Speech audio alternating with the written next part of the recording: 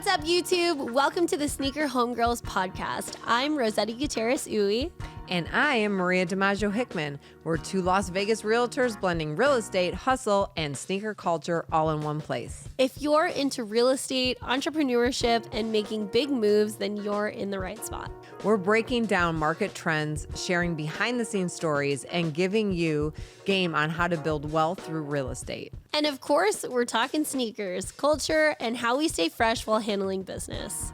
So hit that like button, subscribe, and let's get into it. This is the Sneaker Homegirls podcast. Welcome to the Sneaker Homegirls podcast. We're your hosts, the Sneaker Homegirls. My name is Rosetta Gutierrez-Uy.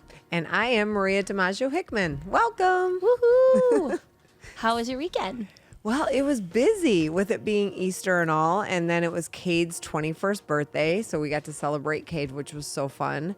Wanted to take him to a club and go dancing. And he was like, no way, Mom. I'm not doing that. I'm like, what do you mean? You're 21. Like, I've been looking forward to this moment. It's my firstborn. Let's go out and dance and have fun. And he was like, no, I'm not going to a club with you. So then I said, well, what do you want to do? Like, do you want to go gamble? And he was all about gambling. And then the reality set in about gambling. And he's like, you know, Mom, I'm a little bit nervous that I might get addicted to it. I think it's probably a good idea that we don't go. And I was like, oh my God, you're actually very mature. Like that you're thinking ahead like that. So we didn't go gambling. So we ended up going to our favorite restaurant, the George at the Durango. And he had a glass of wine and I had a glass of wine and we celebrated with the family. It was really fun. And then Easter, we went to Easter brunch at the Rhodes Ranch Golf Course Grill. And then we laid out in the sun all the day. It was nice. Oh, and I did the ice bucket challenge. My kids challenged me to this. And so I had a bucket of cold water poured on me. And then I challenged you. What did that actually start with, the bucket challenge? I don't remember. Do you remember way back in the day we did the bucket challenge before? But this one it's a speak your mind type of thing. And I think it's due to like mental wellness, just being able to speak what you feel and not be afraid of talking about things that are bothering you. So it's something that's going around right now with the kids and they're all like jumping on it. I'm sure most of them don't even understand what the purpose of it is. It's more just to pour cold water over your head. So, but yeah, so that's what it's for. But you got to do yours today. I have to do mine today. I will post that as well. I think I'm going to ask one of our HOA managers to pour it on my head because everybody's working. They may enjoy that. Yeah, they may enjoy that. How was your weekend? My weekend was good. I have in-laws coming this week because we throw our annual charity event called For Cancer for American Cancer Society. They fly in this week, so preparing the house and Easter we watched church from home, but the days before I was in San Fran, so I got to take a look at the market out there and also joined a mastermind, which was really motivating and helpful. So very busy weekend. What did you do in San Fran? What did you like? What did you dislike? Do you understand why people pay millions of dollars to live there? You know, I don't know.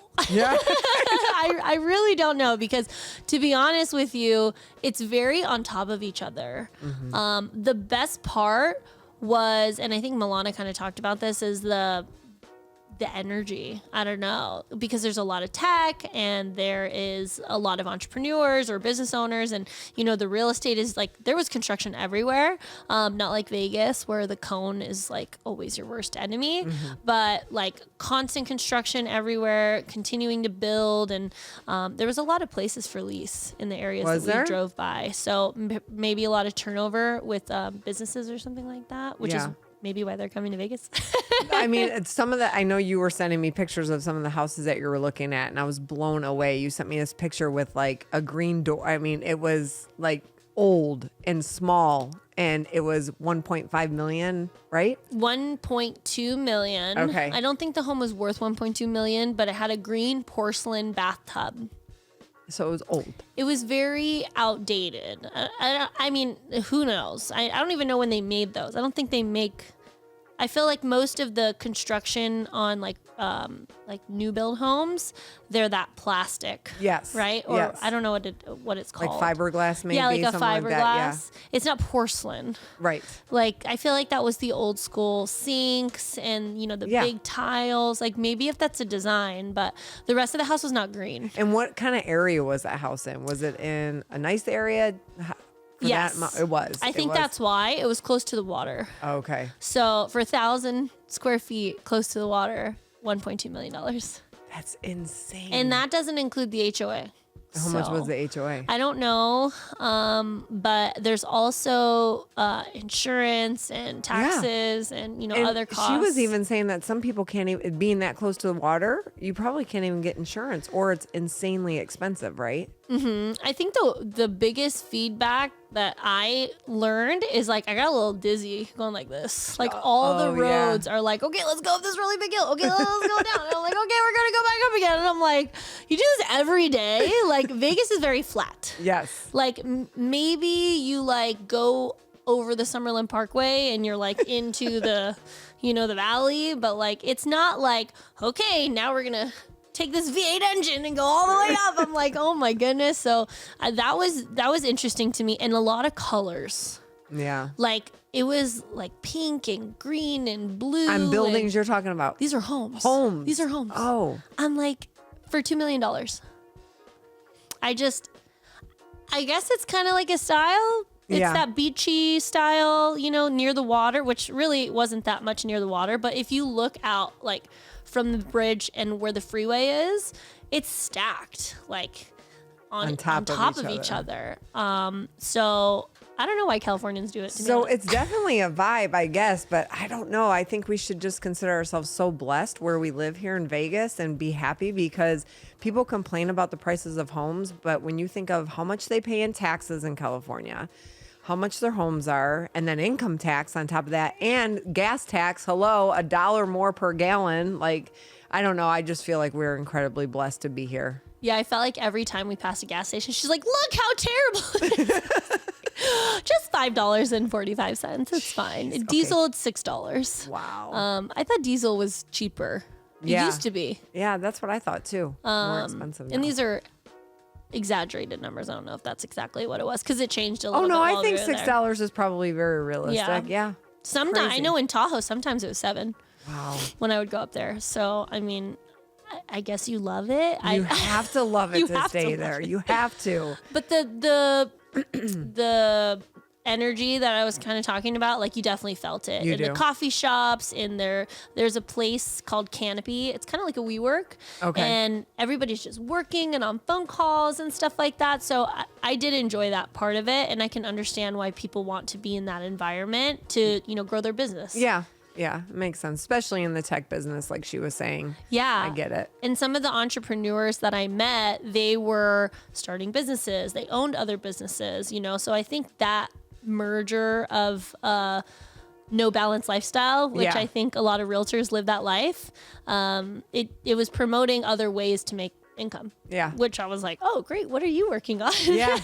It's good. It's all the networking, too, is very important. I love that. Yeah. I know that California is a beautiful place, but the fog is real. Yeah. Like it was a little overcast when we were there, but when we were driving on the freeway, I guess sometimes you can't even see the car in front of you. Oh, wow. And you're like scary. Stuck in traffic for, I mean, not that long, I'm sure. It's California, but it wasn't as bad in San Francisco that it is in LA. Like LA is just. Oh, the traffic there is insane. Yeah. Yeah. I could not be a Christian woman and live in LA. I just couldn't. Because I would end up killing somebody on the freeway. Like, I get a little bit upset here in Vegas when I have to sit for a while.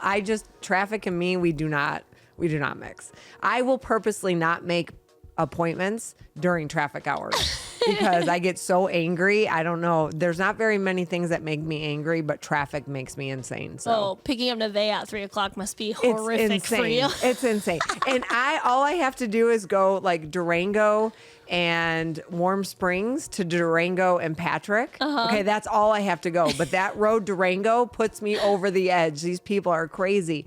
And the drivers around here, I just don't understand the way people drive in Las Vegas. No wonder our insurance is so expensive. They're insane. They just do the dumbest things. I was on the phone with you one time and I was screaming at somebody. Do you remember? I swear they were like either drunk or high driving. Like, please drive sober. And if you are sober and you drive like that, you're a freaking idiot. That's all I can say. Yeah, and wear your seatbelt. Yeah. Like the newer cars today will be like they'll bug beep, you. beep, beep. And I have some friends, I'll be in the car. They're like, yeah, I'll drive. And like beep, beep, beep. I'm like, can you put your seatbelt on? First off, it's not safe. Okay. And second, like it's a safety feature. Like, but they tune it out. Oh, they do. They I don't have a even hear girlfriend it. who refuses to put her seatbelt on. Refuses. And the whole time I'm on the phone with her in the car, it's like, please fasten your seatbelt. I'm like, shut that thing up. Put your seatbelt on. That is so funny. Oh my But gosh. speaking of people and things that drive us nuts, I thought it'd be fun to talk about some of our pet peeves Ooh, today. I'm here for it. Right? We're just gonna roast y'all today. Yeah.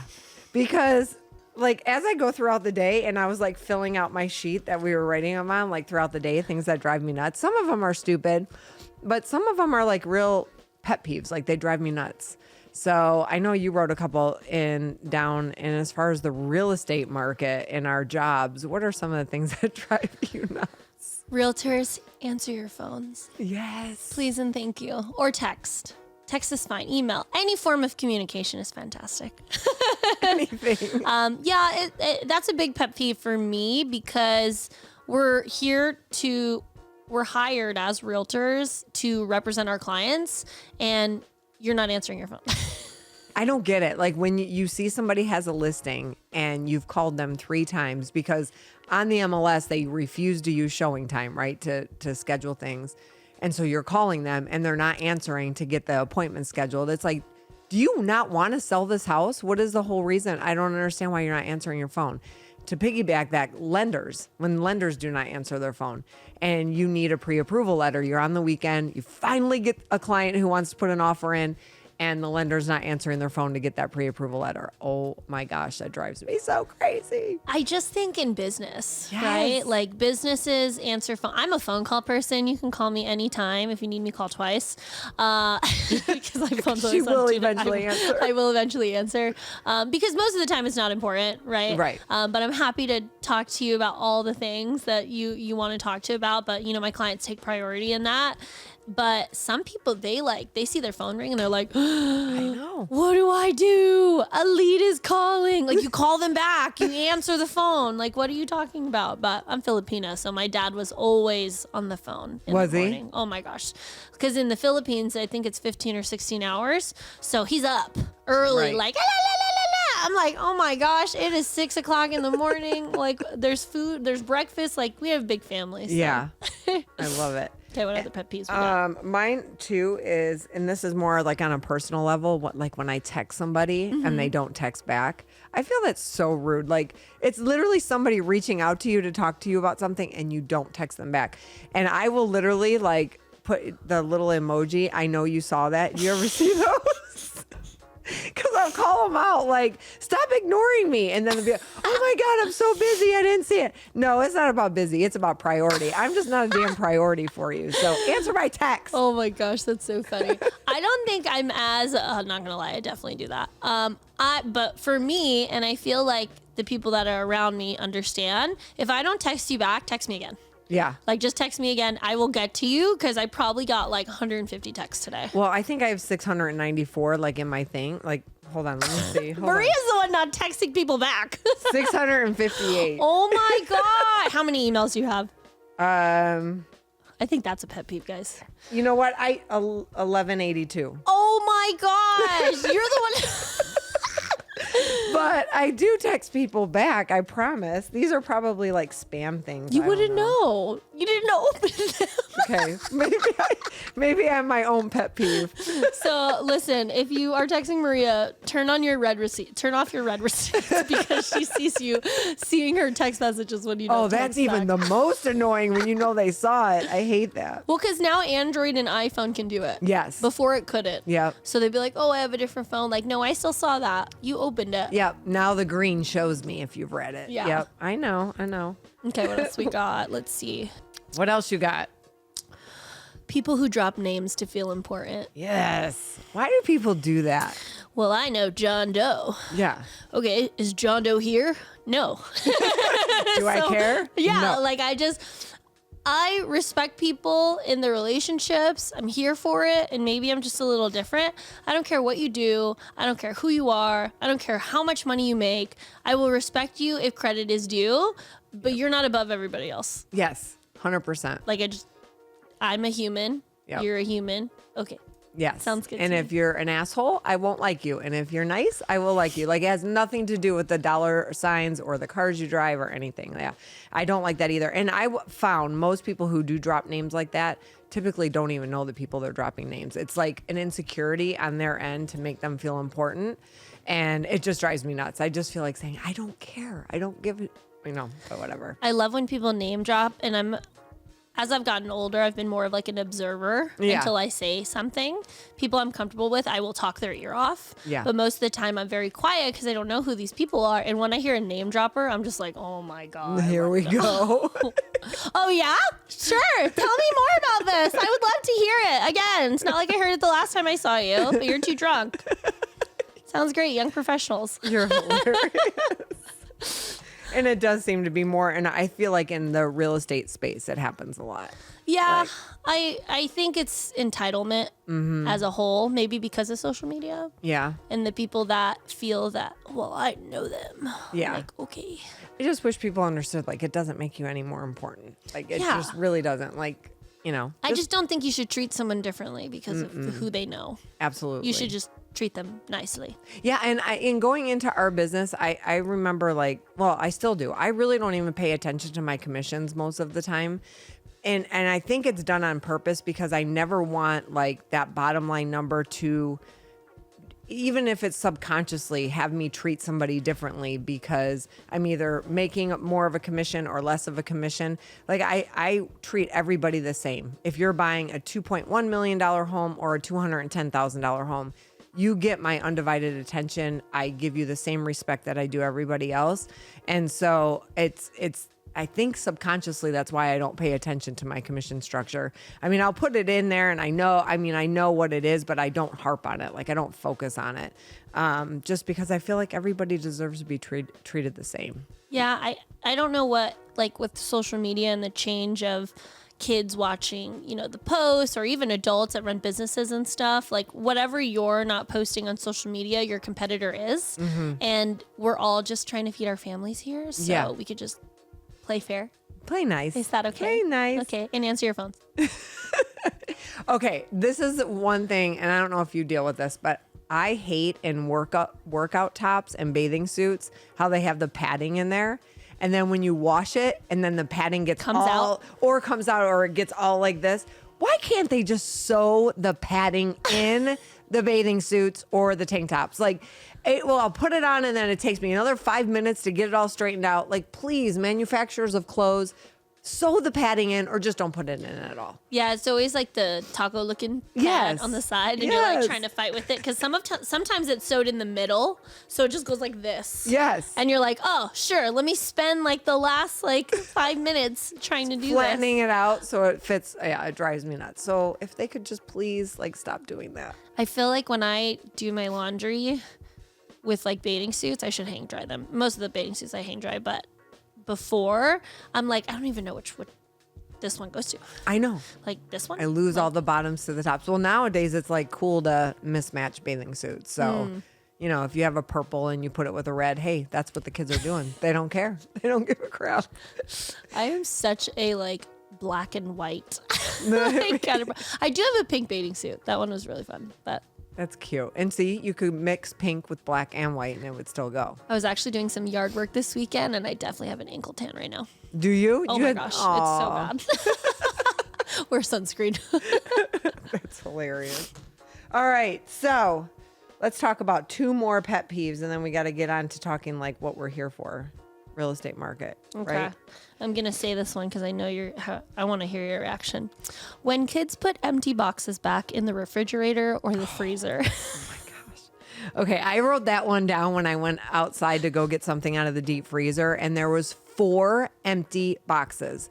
It was a pizza box, an ice cream sandwich box, and orange chicken box, and there was something else. So they physically had to go get the last thing out of it, and then they just leave it in there. Why not just take the whole box out, take what you need and throw the box in the garbage. No, it consistently happens at my house.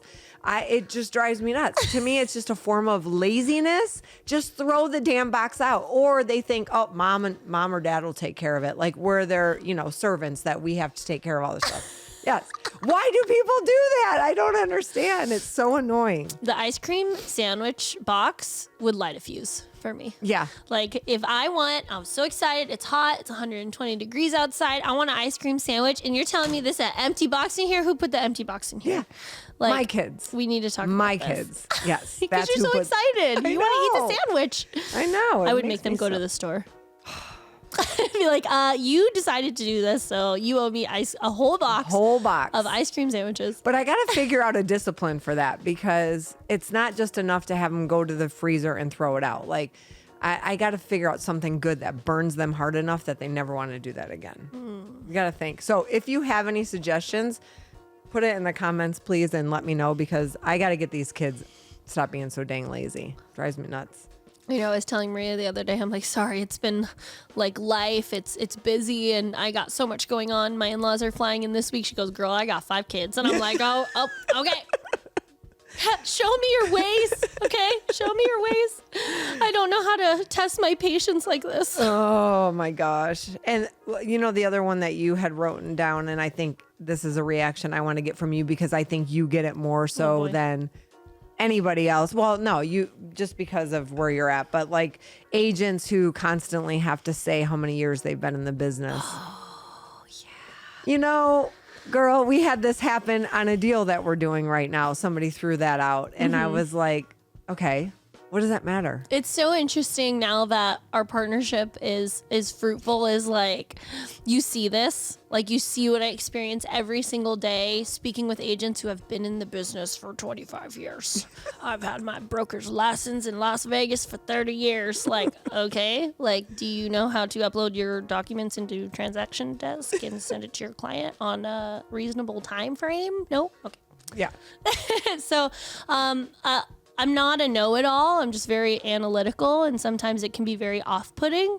And when brokers who have been licensed for a very long time take it as a threat. Yeah, they don't like being questioned. They don't like being questioned. They don't like that I'm young. They don't like that I'm a woman. Okay, well, my clients want to buy your house, so yeah, let's just get the deal done. And they're fully qualified in putting money down. So yes or no? Yeah, I don't like that either. I feel like, again, I think it stems from an insecurity somewhere in the back of their minds where they have to kind of one up and I don't know, like be the person more in charge to make themselves feel more special. To me, when I'm doing deals with agents, the bottom line is to make both of our clients happy. It's not about us. It has nothing to do with us. It's about our clients. And going in and trying to make the other agent feel less than or like that you're superior to them does absolutely nothing for the transaction to go in a more smooth and pleasing manner. So let's all just realize that we all learn something every single day. I don't care if you've been in the business 40 years. I've been doing mortgages a long time too, but every single deal teaches me something different. And let's all just be open to learning and growing and being better people out there, especially in our business. We need that more of that. We need that energy. Yes. Like in the water. You're like, which realtor is going to have this home listed today? It's really realtor bullying. Yeah. It really is. I agree. Because of many reasons, and not just because of the ones that I've listed, but other reasons why, and it's unethical. It happens all the time in our industry, which is very unfortunate, but also why I keep to myself and I handle business like anyone should, and it shouldn't be a factor. No, you should just represent your clients, run your practice, and help other people, because that's why we're licensed locally and nationally, is to help our clients. And sometimes with the high demand of payroll and the economy and business, I can see and understand with the people that feel that way, because it is much different from business 30 years ago. Yeah. And if you want to create content on social media, you shouldn't be my enemy. Zeddy's good at that. I just want more. I think with all the social media stuff and all these things going on, like there's a lot of like highlight reels. Right? Like, this is my life and this is my business and this is, my my vacation and grand and, these are all the cool stuff. Like, nobody sees the 6 loads of laundry that you do. Nobody sees the, like, car full of crap that you have to load into an open house. Like, nobody sees deals fall out of escrow. Nobody sees all the bullying going on. So be nice to your realtor. We should start posting all the negative stuff, but it won't get views. Yeah. People, you know what I mean? Nobody wants to see that, I don't think. I think people like to celebrate, but like, honestly, I can never do content in my house because there is never 1 square inch of my house that's clean. So I'm always like trying to hide in a corner to film something. And like literally then I'll see like the baseboard is dirty or it everywhere in my house has something. So it's a lot of pressure, like, to film content in my house because there's nothing ever clean. I imagine your house is not that way because you have, the no responsibility of children's laundry and all this stuff, but it's a headache. And even like the dishes in the sink, always have dishes in the sink. I can never have a damn clean sink. But so I just don't film in my house, but I wish I could. Yeah. Why can't I just be okay with it? Everyone that I know that has kids, they're always like, what is this dishes in the sink thing? All the time. And I'm like, it was funny because I had to come to the realization a few years ago, even though we don't have kids, I don't like dishes in the sink. Like, I don't know if it's like an OCD thing or ADHD thing, but like I get really angry. And Kyle had to sit me down. He was like, it's okay. And I was like, it's not okay. There's dishes in the sink. He was like, I'm here to tell you it's okay. We can go to bed. I'm like, I'm just so tired. I know people who cannot go to bed unless the dishes in the sink are done. Because it's just revolving. I'm like, where do these dishes even come from? Yeah. So we get paper plates now. I love that. That's a great solution. So I wanted to share some of the stats of about the housing market. Yes. What is happening in Vegas? Let's see.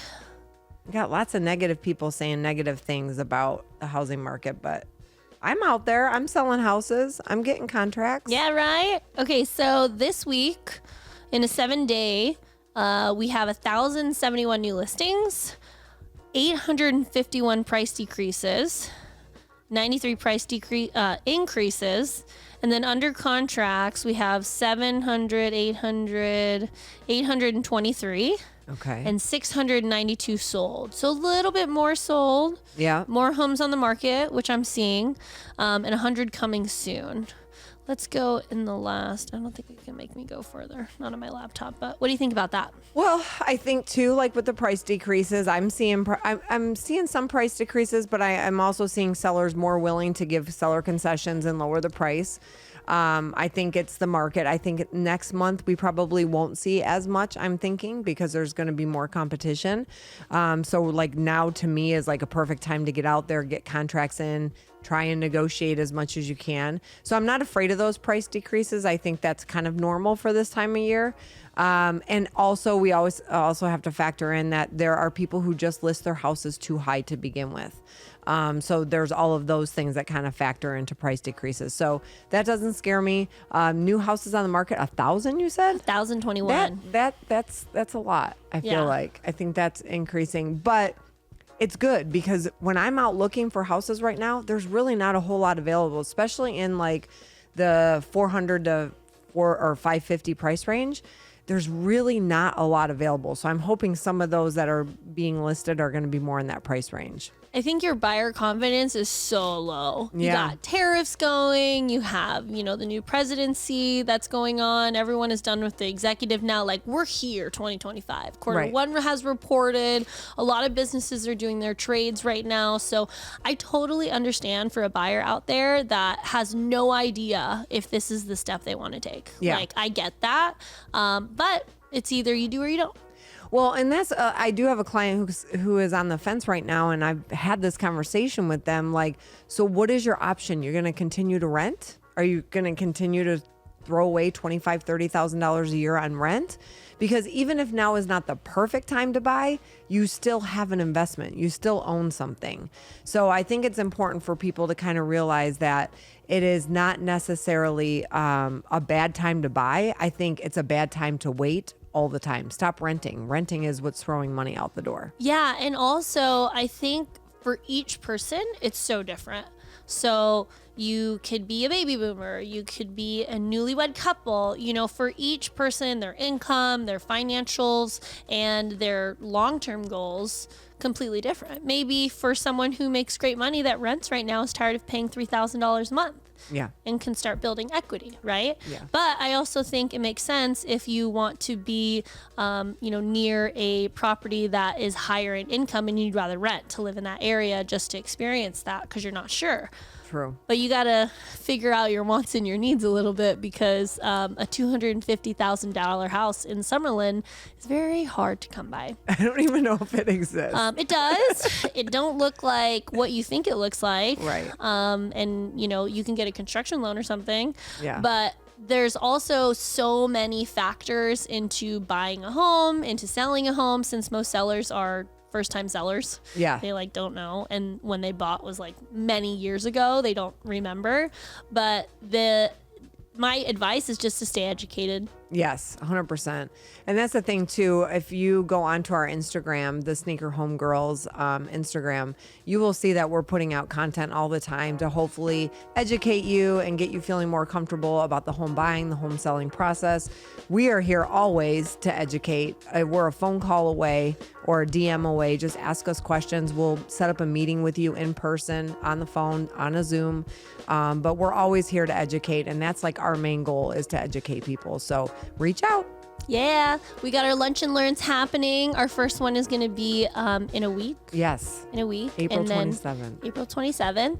And we will be doing those regularly. So if you're in Vegas, come hang out with us, lunch and learn, and, bring us all your questions that you may have. And spend time with some people that can really help you decide if buying or selling a home is what's best for you, because ultimately it's your decision, and you have to pay for the mortgage. So not me. We have our own mortgages we pay for. Thank you guys for joining us. And we'll see you next week. That's a wrap for this episode of the Sneaker Homegirls podcast. We appreciate you for tapping in and rocking with us. Real estate, hustle, and sneakers. That's what we do. If you got value from this episode, make sure to like, comment, and subscribe. And don't forget to turn on that notification bell so you never miss an episode. Also, follow us on Instagram at The Sneaker Homegirls for behind-the-scenes content, market updates, and of course, sneaker drops. Let us know in the comments what topics you'd like us to cover next. We love hearing from you. Until next time, keep hustling, stay fresh, and we'll catch you on the next episode.